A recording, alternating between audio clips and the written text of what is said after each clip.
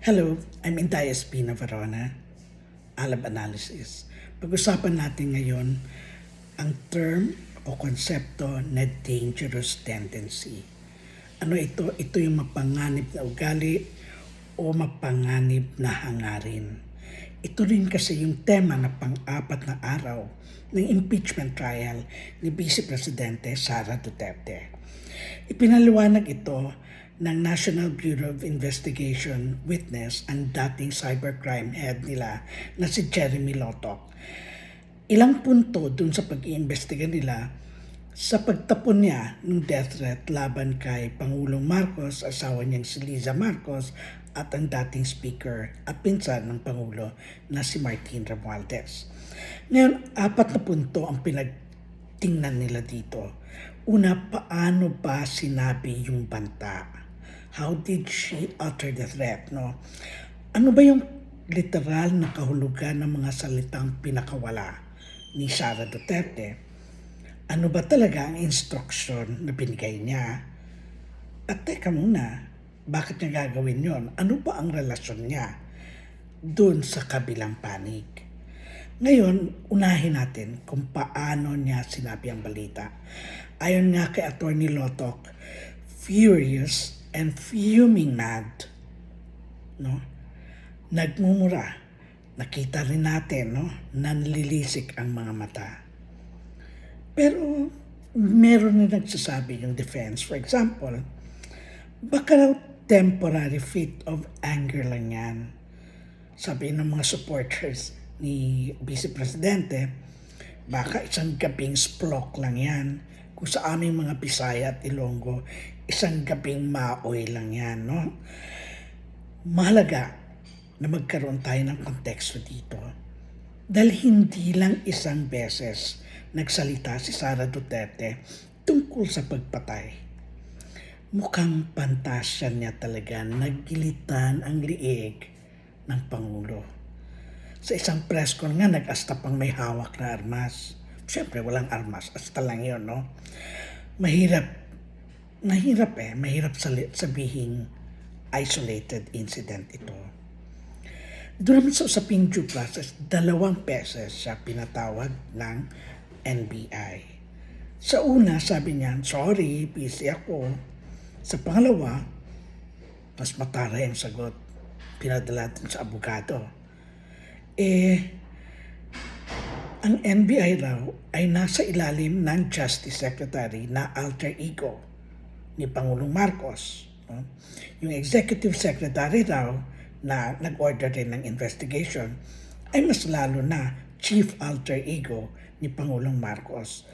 So, pakikinggan niya raw yung kanyang counsel na nagsabing, huwag ka nang pumunta dyan, hayaan mo na sila. Now, kung susundin natin itong train of thought ni Sara Duterte, sundan natin sa logical conclusion. Sino pa ang pwedeng mag-imbestiga ng sinabi niya, ng ginawa niya? Ang PNP ay nasa ilalim niya ng DILG Secretary na alter ego rin ng Presidente dahil nasa kabinete. Ang Armed Forces, nasa ilalim niya ng Defense Secretary, nasa kabinete rin, alter ego din. Gusto ba sabihin ni Sara na siya lang ang pwedeng mag-imbestiga ng sarili niya? Baka nasanay lang talaga ito sa Astang Davao model na walang aangal, whatever they say goes.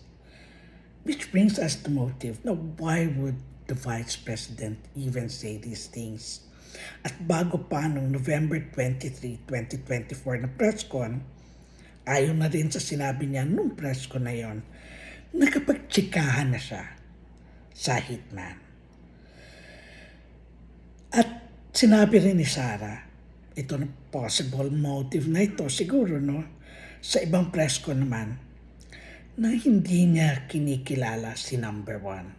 Hanggang sa kanya lang raw, hanggang number 2 lang raw ang pagkilala niya. Na wala naman raw silbi ang Pangulo. Paulit-ulit yan na mensahe, hindi isang beses lang. At mabigat din ang nature of instruction niya. Sabi nga ng Prosecution Counsel, actually sabi ng NBI, relentless. Walang humpay na effort. And to quote, huwag kang tumigil hanggat hindi mo sila napapatay o mapapatay. Now, coming from the second highest official of the land, ito ba mga pantasya, ito ba mga utos about killing the highest official of the land, pwede bang palampasin na lamang? Deliberate kasi ang mensahe. And over a period of time. Sabi nga ni Mig Subiri, puti pa nga Tatay Diggs niya eh. Minsan the morning after binabawi, I was only joking my friend daw. Si Sara raw, wala pa raw siyang naririnig na pagbawi dun sa mga threats at sa mga pantasyang pinagkakalat niya sa mundo. O sabihin pa natin totoo yan lahat. Now, why should we consider it dangerous? Hindi ba pwedeng kapitalaway lang yan? Bakit mapanganib ang gawing ito ng Vice Presidente? Talaga bang nakaka-incite ba siya talaga ng gulo? Will it actually cause public disorder? O drama lang yan ng NBI?